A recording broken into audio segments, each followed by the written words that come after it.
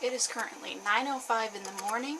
I'm supposed to be meeting my friend to go to the gym for 10, but now I want to talk about poetry. Small disclaimer before we get into this video, I don't read a lot of poetry. In fact, when I met Hannah Gamble, the author of Your Invitation to a Modest Breakfast, in the spring of last year at the New Voices Literary Festival at Ithaca College, I told her, as I was handing her my book to sign, that there was only one other poetry collection on my shelf that I had bought for myself. Obviously, because I have an English degree, I have poetry collections on my shelves that were part of that, so I have some Seamus Heaney poems from a Seamus Heaney seminar I had, and like the Norton Anthology of Poetry.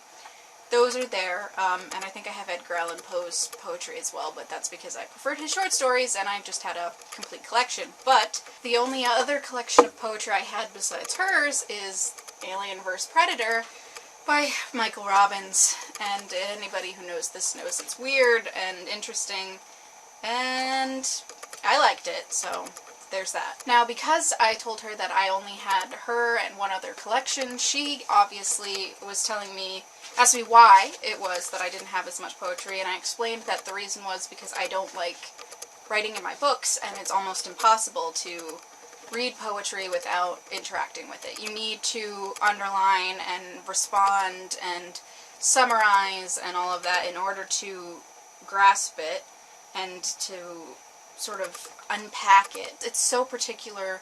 The word choice is important, the grammar is important, all of the line breaks are important. Everything has a reason for being there. There's no way that it was just there to be read and be pretty. You need to unpack it and understand everything.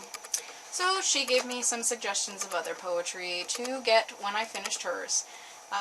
So I started reading this in July, I think. I picked it up and read most of the first section. It's split into 3 sections, and then said I should probably do this more slowly, and I'll read a couple poems over a small period of time, and then I didn't pick it up again until this week. So, so I figured I would try and not do that and just finish it. Spend a day sitting and reading it and writing and commenting, and if you can see here, I'm going to try and flip through this a little bit.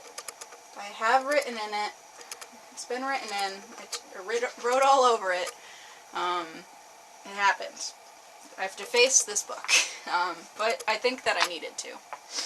Now I have to say that I really enjoyed this collection of poetry. I think most of my favorite poems were actually in that first section that I read in July, which seems surprising. There were a couple in the last section that I also liked a lot.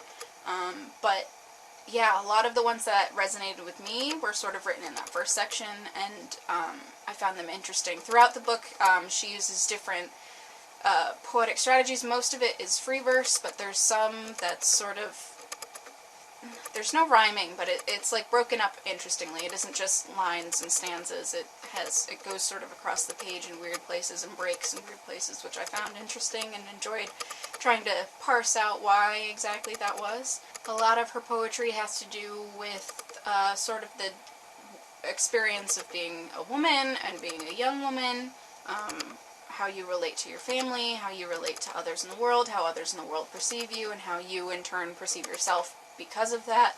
And I really enjoyed unpacking that. It's very feminist. She's sassy. There's some sexual stuff and some swears, and it's fun. And when she was reading, it was also very funny. She's very charismatic. So I don't know if there's videos on YouTube of her reading, but I would definitely suggest listening to her talk about her poetry or read her poetry, because it was one of the reasons that I picked it up. And I think that honestly, if I went to more poetry readings of actual published poets, I would probably buy a lot more poetry, because I feel like, in a way, poetry, like music, is meant to be heard and not just read. So I read a lot of these aloud to myself, but still. Now I have to be honest, a lot of the poems in the second section sort of went over my head. I enjoyed the writing and sort of found connections and things, but I wasn't exactly sure what she was trying to say. And I'm not sure if this is because it's so complex that I am just not getting it, because that's entirely possible. Like I said, I don't read poetry very often, but it also could just be that wasn't as clear as it could have been. I'm not sure. So the second section was a bit hard for me, and maybe that's why I stopped in July, is because I was like, nope, I don't know. So I pushed through that and got to the third section, and I liked the third section a bunch. There were interesting poems there, and I think that the sections are different periods in her life, so they're poems that she wrote at different times. This is a really nerve-wracking video to be showing you because I feel like I can't talk about poetry because I don't have a grasp on it. I don't read it, so I don't feel like I have any sort of understanding of the themes, and I can't compare it to something else and be like, it's similar to this if you like that. But I would like to read more poetry. I'm going to pick up some of the poets that she suggests I read and try and build that knowledge and build an understanding so I can better know what it is about poetry that I like. I know for a fact that I like poetry that does weird things with words, because she does it a little bit, and those are some of my favorite poems, and obviously Michael Robbins' poems are all weird things with words. That one's one you definitely need to write in. But yeah, so poetry. Scary. Hey guys, mild interruption from post-workout Michaela. You can tell that by the fact that my hair is kind of falling out and the dead look of defeat in my eyes. Oh, I'm so tired. I realized while I was working out, though, that I didn't read any of the poems to you, and I figured that for poetry, it's usually good to sort of get a taste of what it's like. I did say that it was feminist, but I didn't say anything about any particular poem, so I might as well read to you a couple of favorites. This is called I Have a Right to My Preferences, and may present them, if itemized, before the board of directors. I know that part of being human is deferring to the experts. If I was not supervised by a parental bureaucracy, you would lose me to the opium dens. For I have heard that the philosophy of the East is a more peaceful one.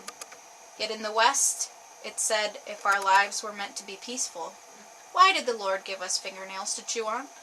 With our teeth, humans are allowed only to resolve interpersonal conflicts, and I'm thankful for it.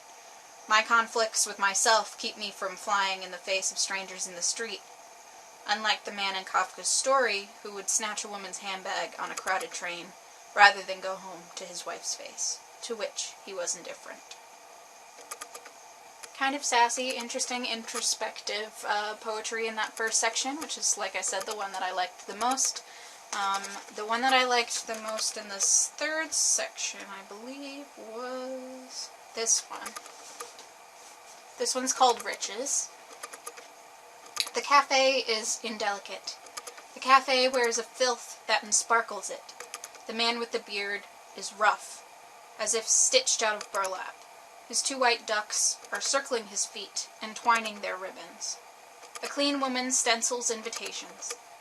She's creating a party for all of the full-figured girls in catalogs. To her party they will wear emeralds, as many as their heavy haunches will support. 2 men speaking over a table. How are you feeling? Gentle. God of the great world's sucking mouth, I want to worship, but all these riches catch my eye.